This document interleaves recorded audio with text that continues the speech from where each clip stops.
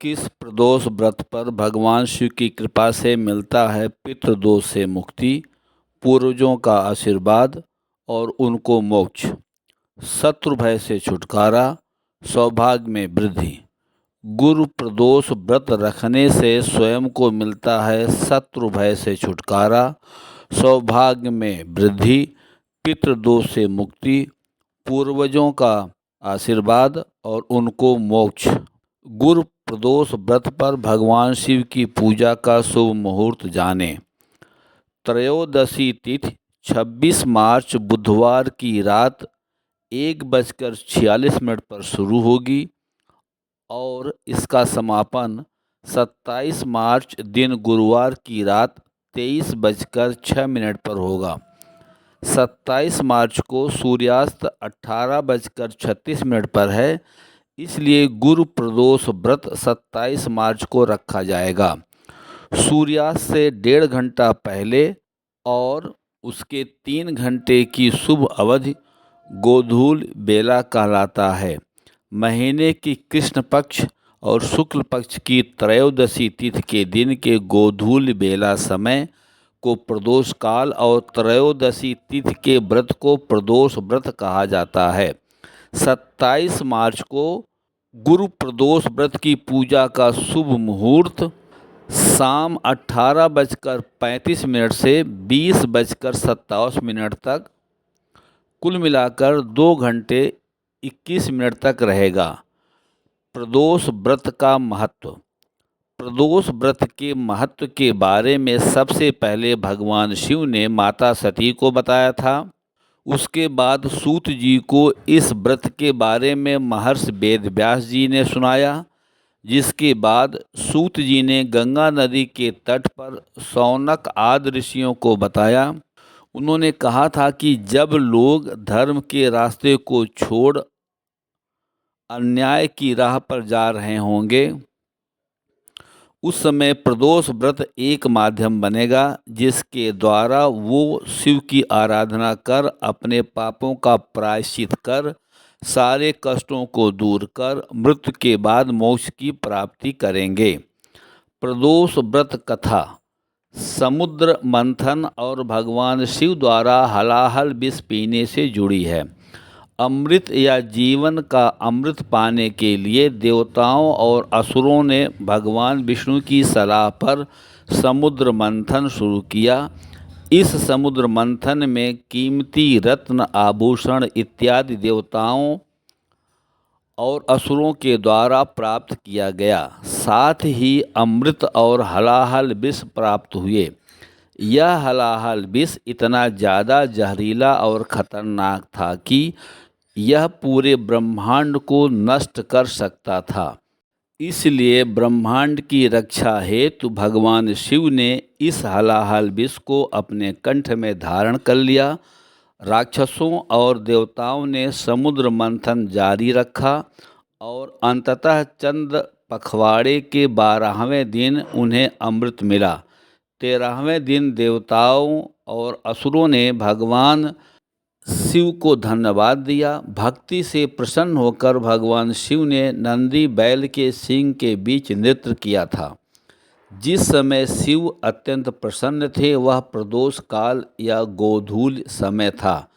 ऐसा माना जाता है कि भगवान शिव इस अवधि के दौरान बेहद प्रसन्न होते हैं और सभी भक्तों को आशीर्वाद देते हैं और उनकी इच्छाओं को पूरा करते हैं। इस दिन को विशेष रूप से प्रदोष के रूप में मनाने की परंपरा शुरू हुई ताकि भगवान शिव की महिमा और कृपा का अनुभव किया जा सके। तभी से भगवान शिव प्रदोष के समय कैलाश पर्वत स्थित अपने रजत भवन में नृत्य करते हैं और देवता उनके गुणों का स्तवन करते हैं। यह समय शिव कृपा पाने का अति पावन और शुभ समय होता है। सप्ताह के 7 दिन किए जाने वाले प्रदोष व्रत का अलग अलग दिन के अनुसार अलग अलग महत्व है। जिस दिन यह व्रत आता है उसके अनुसार इसका नाम और इसके महत्व बदल जाते हैं। गुरु प्रदोष व्रत की कथा ध्यान से सुने। जो प्रदोष व्रत गुरुवार के दिन पड़ता है वो गुरु प्रदोष व्रत कहलाता है।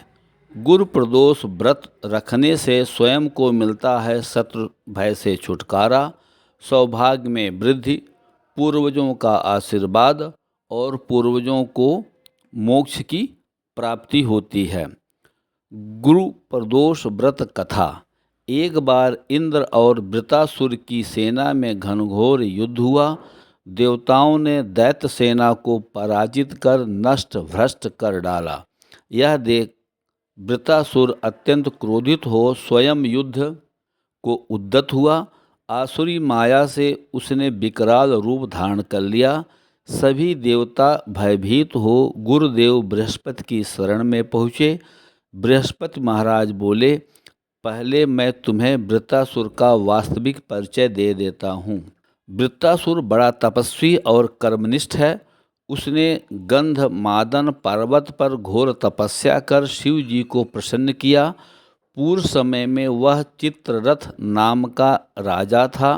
एक बार वह अपने विमान से कैलाश पर्वत चला गया।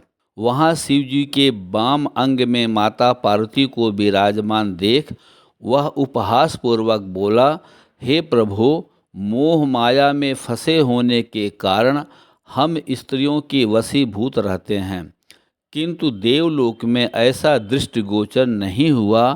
किसी की स्त्री का आलिंगन हो। सभा में बैठे चित्ररथ के यह वचन सुन सर्वव्यापी शिवशंकर हंसकर बोले, हे राजन, मेरा व्यवहारिक दृष्टिकोण पृथक है।